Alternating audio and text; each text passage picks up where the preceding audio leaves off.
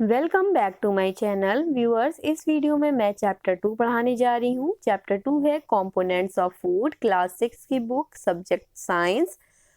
पहला chapter complete हो गया था जो कि था फूड। सेकंड चैप्टर में उसके कंपोनेंट्स है, कंपोनेंट्स ऑफ फूड। सबसे पहले पैराग्राफ दिया है in chapter 1, we made lists of the food items that we eat. We also identified food items eaten in different parts of India and marked these on its map. यानी कि हमने chapter 1 में food item की list बनाई थी जो हम लोग खाते हैं, साथ में इंडिया के अलग अलग पार्ट्स में क्या क्या आइटम खाए जाते हैं उसको आइडेंटिफाई किया था। उसके बाद सेकेंड पैरे में लिखा है A meal could consist of chapati, dal and brinjal करी, यानी कि एक प्रकार के खाने में चपाती, दाल और बैंगन का भरता हो सकता है। Another may be rice, sambar and vegetable preparation of lady finger, यानी कि भिंडी। तो दूसरे में आप चावल, सांभर और भिंडी भी हो सकती है। Yet another meal could be appam, fish curry and vegetables, यानी कि इसके अलावा अगर दूसरे भोजन की बात करें तो उसमें अप्पम, मछली और सब्जी भी हो सकती है। अप्पम एक तरह का पैन केक होता है जो कि चावलों के आटे से बना होता है। ये कॉमनली फूड है तमिलनाडु, केरला का। उसके बाद एक्टिविटी 1 है Our meal usually have at least one item made of some kind of grains, यानी कि आमतौर पर हमारे भोजन में एक अन्न से बना, यानी कि जिसमें ज्वार, बाजरा, इनसे बना हुआ एक आइटम ज़रूर होता है। Other item could be a dal or dish of meat and vegetables. और दूसरा अगर आइटम बताएं फूड का तो उसमें दाल हो सकती है, कोई भी डिश हो सकती है, मीट की, वेजिटेबल्स की। इट में ऑल्सो इंक्लूड आइटम लाइक दही, यानी कि कर्ड, दही, बटर मिल्क एंड पिकल्स, और दही भी हो सकता है, अचार हो सकता है, इस तरह से। उसके बाद लिखा हुआ है some example of meals from different regions are given in table 2.1, यानी कि यहाँ पे एक टेबल दी है 2.1 पे। इसमें अलग अलग रीजन के नाम लिखे हैं जहाँ पे कॉमनली क्या क्या खाया जाता है। जैसे कि पंजाब में मकई खाई जाती है, एक आइटम ग्रीन से बना हुआ, दाल या मीट, वेजिटेबल्स और अदर कुछ भी, जैसे कि दही है, घी है, मकई की रोटी है, राजमा है, सरसों का साग है, ये पंजाब का है। उसी तरह आंध्र प्रदेश में चावल हैं, तुअर दाल है, इस तरह से कुछ भी। इसी तरह से आपको हर स्टेट के बारे में यहाँ पे लिखना है। एक्टिविटी करिए, हर स्टेट के बारे में लिखिए, वहाँ कौन कौन से आइटम लिए जाते हैं खाने में उसको लिखिए। समटाइम्स नेक्स्ट पैरे पे लिखा है sometimes we may not really have all this variety in our meals, यानी कि कभी कभी हम लोग इतनी तरह की वेराइटी अपने खाने में नहीं ले पाते हैं। इफ़ वी आर ट्रैवलिंग, जब कभी हम लोग ट्रैवलिंग करते हैं, we may eat whatever is available on the way, यानी कि हम लोग वही खाते हैं जो हम लोग के जो रास्ते में मौजूद होता है, उपलब्ध होता है। It may not be possible for some of us, यानी कि कुछ लोग के लिए पॉसिबल भी नहीं है इतनी तरह की वेराइटी हर समय खाना। To eat such a variety of items most of the time. उसके बाद अगली हेडिंग है 2.1, what do different food items contain? We know that each dish is usually made up of one or more ingredients which we get from plants and animals. Plants और animals, यानी कि हम सब जानते हैं जो डिश बनती है, हर डिश अलग अलग इंग्रेडिएंट से, एक या एक से अधिक, एक से ज़्यादा सामग्री से मिलके बनती है, तो जो कि हमें पौधे और जानवरों से प्राप्त होती है। These ingredients contain some components that are needed by our body. उन इंग्रेडिएंट्स में कुछ ऐसे कंपोनेंट्स होते हैं, घटक होते हैं जिनकी आवश्यकता हमारी बॉडी को होती है। इन्हीं कंपोनेंट्स को हम न्यूट्रिएंट्स बोलते हैं। These components are called nutrients. जो मेजर न्यूट्रिएंट्स होते हैं, the major nutrients in our body, in our food are name, carbohydrate होता है, प्रोटीन्स होते हैं, फैट्स होते हैं, विटामिन होते हैं and minerals. In addition food contains dietary fibres and water which are also needed by our body. इसके अलावा डाइटरी फाइबर्स होती हैं, पानी होता है जो कि हमारी बॉडी को ज़रूरत होती है। Do all foods contain all these nutrients, क्या सभी फूड में ये सभी न्यूट्रिएंट्स प्रेजेंट होते हैं? Carbohydrate, fat, vitamin, minerals. With some simple method we can test whether cooked food or a raw ingredients contain one or more of these nutrients. कुछ simple method से हम लोग टेस्ट कर सकते हैं, चाहे वो पके हुए फूड में करें या फिर रॉ इंग्रेडिएंट्स में करें, कि एक या एक से ज़्यादा कौन से न्यूट्रिएंट्स इसमें प्रेजेंट है, ये पता लगा सकते हैं। The test for presence of carbohydrate, protein, fats are simpler to do as compare to the test for other nutrients. यानी कि जो टेस्ट होता है कार्बोहाइड्रेट प्रोटीन के प्रेजेंस का, वो सिंपल होता है बाकी अदर न्यूट्रिएंट के टेस्ट से। Let us do these tests and record all our observation in table 2.2, जो यहाँ पे टेबल 2.2 दी है। जैसे यहाँ पे टेबल 2.2 बनी है, इस तरह से रिकॉर्ड कर सकते हैं। जैसे कि यहाँ पे रॉ पोटैटो है, इसमें स्टार्च प्रेजेंट है, मिल्क में प्रोटीन पे टिक लगा हुआ है, प्रोटीन प्रेजेंट है, ग्राउंडनट में फैट प्रेजेंट है। इस तरह से ये एक्टिविटी है। उसके बाद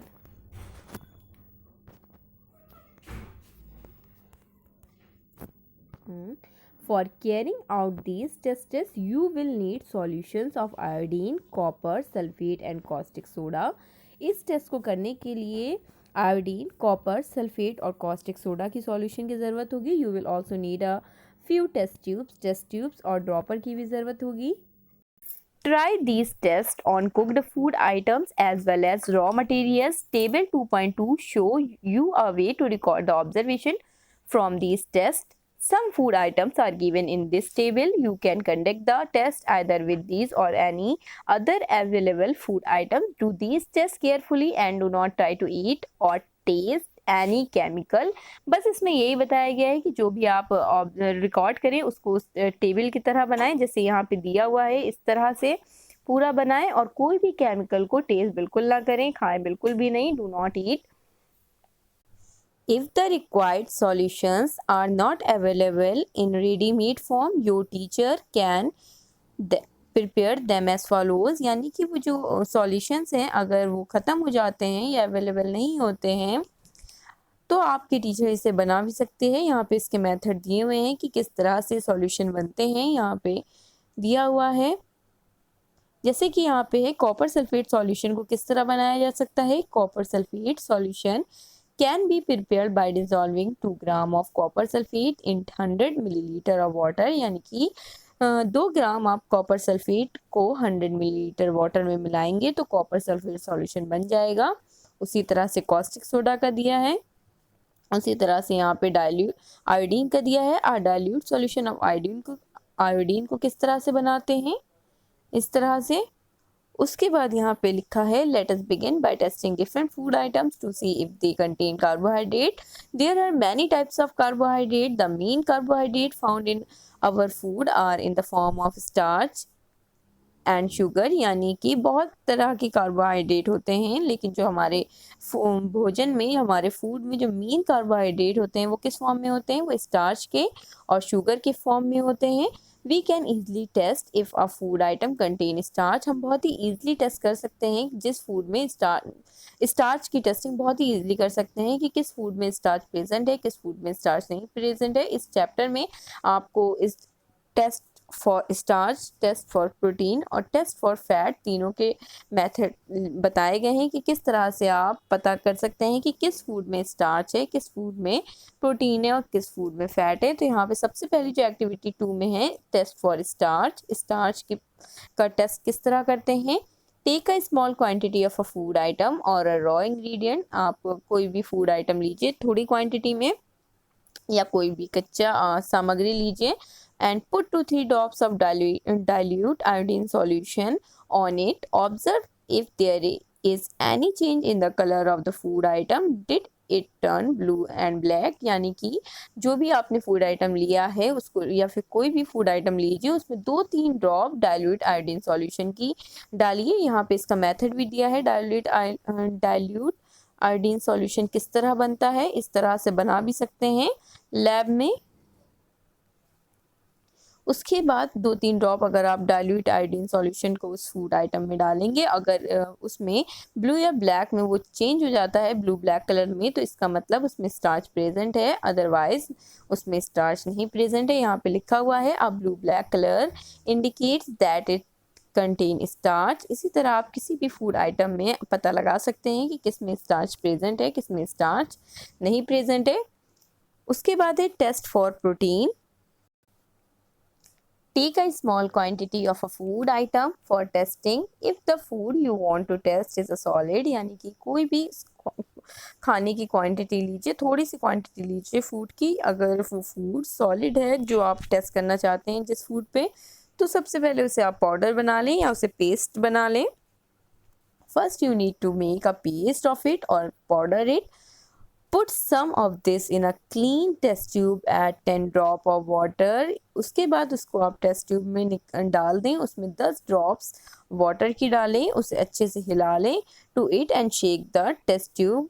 Now using a dropper add 2 drop of solution of copper sulfate। ऊपर कॉपर सल्फेट बनाने का भी मेथड दिया है किस तरह से कॉपर सल्फेट सॉल्यूशन बनता है। उसके बाद उसमें 2 ड्रॉप कॉपर सल्फेट की डालें और 10 ड्रॉप कॉस्टिक सोडा की डालें। इसका भी मेथड दिया हुआ है कॉस्टिक सोडा किस तरह से बनता है। टू द टेस्ट ट्यूब में डालें, उसको अच्छे से हिलाएं, उसके बाद उसे कुछ मिनटों के लिए छोड़ दें। Let the test tube stand for a few minutes. What do you see? Did the contents of the test tube turn violet? A violet color indicate presence of protein in the food item। अगर वो change हो जाता है violet colour में, इसका मतलब कि उसमें प्रोटीन प्रेजेंट है, अदरवाइज उसमें प्रोटीन नहीं प्रेजेंट है। इसी तरह आप किसी भी फूड आइटम में चेक कर सकते हैं कि किस में प्रोटीन प्रेजेंट है किस फूड में और किस फूड में प्रोटीन नहीं प्रेजेंट है। नेक्स्ट जो दिया है इस चैप्टर में टेस्ट फॉर फैट। फैट का पता किस तरह लगाते हैं। Take a small quantity of a food item, wrap it in a piece of paper and crush it. Take care that the paper does not tear। Now straighten the paper and observe it carefully। Does it have an oil patch? यानी कि अगर आपको fat का पता लगाना है किसी भी फूड में कि फैट प्रेजेंट है या नहीं है, तो सबसे पहले उस फूड आइटम को लीजिए जिसमें पता लगाना है कि इसमें फैट है कि नहीं है। उसको पेपर में रैप कर दीजिए, उसे अच्छे से कूटिए। अगर उसमें कूटने के बाद उसे जब आप देखेंगे तो अगर उसमें ऑयल पैचेस आपको नजर आए तो इसका मतलब उस फूड में फैट प्रेजेंट है, अदरवाइज उसमें फैट नहीं प्रेजेंट है। उसके बाद लिखा है we tested food items for 3 nutrients, carbohydrate, proteins and fats. There are also other nutrients like vitamins, minerals that are present in different food items. यानी कि अलग अलग फूड आइटम्स में मिनरल्स, विटामिन्स, इस तरह के भी न्यूट्रिएंट्स प्रेजेंट होते हैं। Why do we need all these nutrients? यानी कि ये सभी न्यूट्रिएंट्स की हमारी बॉडी को क्या ज़रूरत होती है, क्यों ज़रूरत होती है। What do various nutrients do for our body? यानी कि ये इतने तरह के जो न्यूट्रिएंट्स है ये हमारी बॉडी में क्या करते हैं। पहला है carbohydrates mainly provide energy to our body. Fats also give us energy. In fact fats give much more energy as compare to the same amount of carbohydrate. यानी कि जो कार्बोहाइड्रेट है ये भी एनर्जी देता है, फैट भी हमारी बॉडी को एनर्जी देती है, लेकिन जो फैट्स होते हैं ये ज़्यादा एनर्जी देते हैं कम कार्बोहाइड्रेट की बनिस्बत। Food containing fats and carbohydrates are also called energy giving food. यानी कि जिस भोजन में फैट्स और कार्बोहाइड्रेट प्रेजेंट होता है उसे क्या बोलते हैं, उसे एनर्जी गिविंग फूड्स बोलते हैं। Protein are needed for the growth and repair of our body. जो प्रोटीन्स होता है ये हमारी ग्रोथ में मदद करता है, हमारी बॉडी को रिपेयर करता है। Foods containing proteins are often called body building food. जिन फूड में प्रोटीन होता है, प्रोटीन से भरा जो फूड होता है उसको बॉडी बिल्डिंग फूड कहते हैं। Vitamin help in protecting our body against diseases. Vitamin also help in keeping our eyes, bones, teeth and gums healthy. यानी कि जो विटामिन प्रेजेंट होते हैं हमारे भोजन में, हमारे खाने में, वो हमें प्रोटेक्ट करते हैं डिसीजेस से और हमारी आँखों को बहुत फ़ायदा देते हैं उसको हेल्थी रखने में, बोन्स को हेल्थी रखने में, हड्डियों को, टीथ को, गम्स को हेल्थी रखने में विटामिन बहुत मदद करते हैं जो हमारे भोजन में प्रेजेंट होते हैं।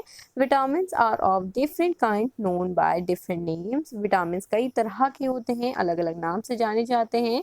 Some of these are vitamin A, जैसे कि विटामिन ए है, विटामिन सी है, विटामिन डी है, vitamin E, vitamin K, there is also a group of vitamin called vitamin B complex. B complex नाम का एक विटामिन है जिसमें जिसमें ग्रुप्स ऑफ विटामिन होते हैं, यानी कि कई उसमें विटामिन होते हैं। Our body needs all types of vitamin.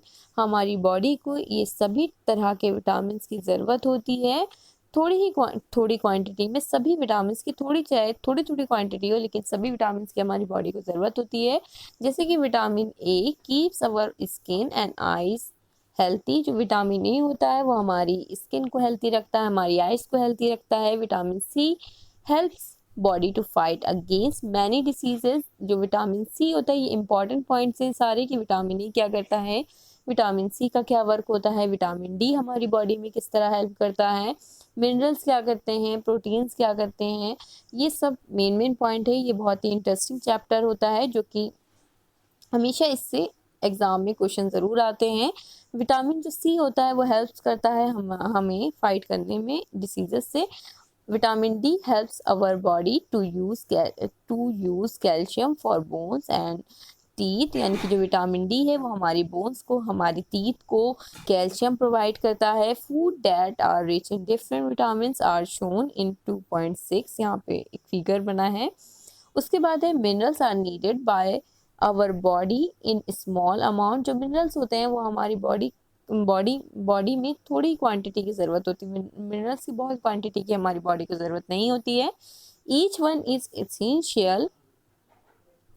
essential for proper growth of body and to maintain good health। यानी कि सभी चीज़ की हमारी अच्छी ग्रोथ, हमारी बॉडी की अच्छी ग्रोथ, अच्छी हेल्थ के लिए इन सभी चीज़ों की ज़रूरत होती है। अच्छी हेल्थ मेंटेन रखने के लिए हमें ये सभी विटामिन की ज़रूरत पड़ती है। Some sources of different minerals are shown in figure 2.10। यहाँ पे फिगर 2.10 में, यहाँ पे फिगर 2.10 में आपको यहाँ पे बताया गया है कैल्शियम का सोर्स क्या है, आयरन का सोर्स क्या है, उसके बाद फॉस्फोरस का क्या है। इसी तरह से पिक्चर्स यहाँ लगी हुई हैं। उसके बाद है most food item usually have more than one nutrient. यानी कि ज़्यादातर फूड आइटम्स में दो या दो से ज़्यादा न्यूट्रिएंट्स प्रेजेंट होते हैं। You may have noticed this while recording your observation in table 2.2। यानी कि जो आप टेबल 2.2 एक्टिविटी करेंगे उससे आपको पता लग जाएगा कि ज़्यादातर फूड में दो या दो से ज़्यादा न्यूट्रिएंट मिलते हैं। However, in a given raw minerals, one particular nutrients may be present in much larger quantity than in other. For example, rice has more carbohydrate than other nutrient. Thus, we say that rice is a carbohydrate rich source of food। यानी कि जो हम लोग चावल खाते हैं उसमें carbohydrate other nutrient से ज़्यादा प्रेजेंट होता है, इसीलिए हम उसको कहते हैं कि carbohydrate rich source of food है। Beside these nutrients, our body need dietary fibers and water. Dietary fibers are also known as roughage. Dietary fibres को हम लोग रफेज भी कहते हैं, रफेज से भी जाना जाता है। Roughage is mainly provide by plant products in our food. Whole grains and pulses, potatoes, fresh fruits and vegetables are the main source of roughage। जो इसके मेन सोर्स है वो क्या है, ग्रेन्स हैं, पल्सेस हैं, पोटैटोज हैं, फ्रेश फ्रूट्स हैं और वेजिटेबल्स हैं। Roughage does not provide any nutrient to our body. Roughage हमें कोई भी न्यूट्रिएंट, हमारी बॉडी को कोई भी न्यूट्रिएंट नहीं प्रोवाइड करता है, बट ये एसेंशियल कंपोनेंट होता है हमारे भोजन का। And add to its bulk, this help our body get rid of undigested food. यानी कि ये हमारी बॉडी को सहायता करता है, हमारी बॉडी से अनडाइजेस्टेड फूड बाहर निकालने में सहायता करता है। उसके बाद जो इस चैप्टर में इम्पॉर्टेंट है वो है बैलेंस डाइट। बैलेंस डाइट क्या होता है, the food we normally eat in a day in our diet for growth and maintenance of good health. Our diet should have all the nutrients that our body need. यानी कि जो भी कुछ हम लोग अपनी डाइट में लेते हैं उसमें हर न्यूट्रिएंट बराबर होना चाहिए। जो जितना भी हमें न्यूट्रिएंट चाहिए हमारी बॉडी को, उस न्यूट्रिएंट को ध्यान में रख के ही हमें अपनी डाइट लेनी चाहिए। ऐसा भी नहीं करना चाहिए कि कोई न्यूट्रिएंट ज़्यादा मात्रा में ले लें और कोई न्यूट्रिएंट बिल्कुल भी ना लें। इसलिए हमें अपनी डाइट बैलेंस रखनी चाहिए। उसके बाद जो इस चैप्टर में मेन है वो ये है डेफिशिएंसी।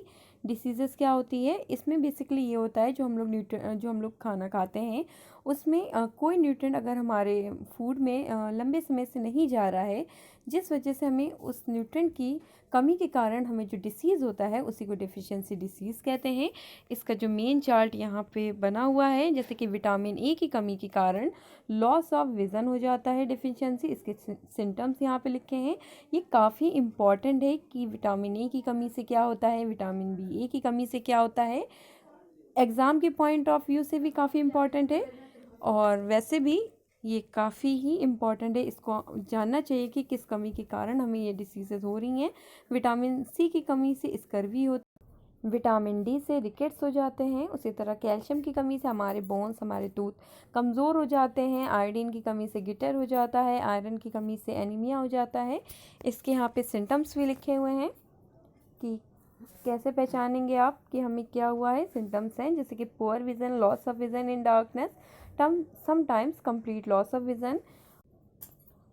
उसी तरह बेरी बेरी में हमारी मसल्स काफ़ी वीक हो जाती हैं, very little energy to work. Scurvy में क्या होता है, हमारे गम्स से ब्लड निकलता है, bleeding gums, wounds take longer time to heal. Bones और टीथ में हमारे बोन्स काफ़ी ही बोन्स एंड टूथ डीके में हमारे जो बोन्स होती है वो काफ़ी वीक हो जाती है, टूथ डीके हो जाता है। उसी तरह गिटर का है सिम्टम सबके। ये काफ़ी इंपॉर्टेंट है एग्ज़ाम पॉइंट ऑफ व्यू से, इसलिए आप इसे अच्छे से पढ़िएगा। इस तरह से ये चैप्टर भी कंप्लीट होता है, कंपोनेंट्स ऑफ फूड। अगर ये वीडियो आपके लिए हेल्पफुल रही हो, आपको अच्छी लगी हो, तो प्लीज़ मेरे चैनल को सब्सक्राइब करें, इस वीडियो को लाइक करें और शेयर करना ना भूलें।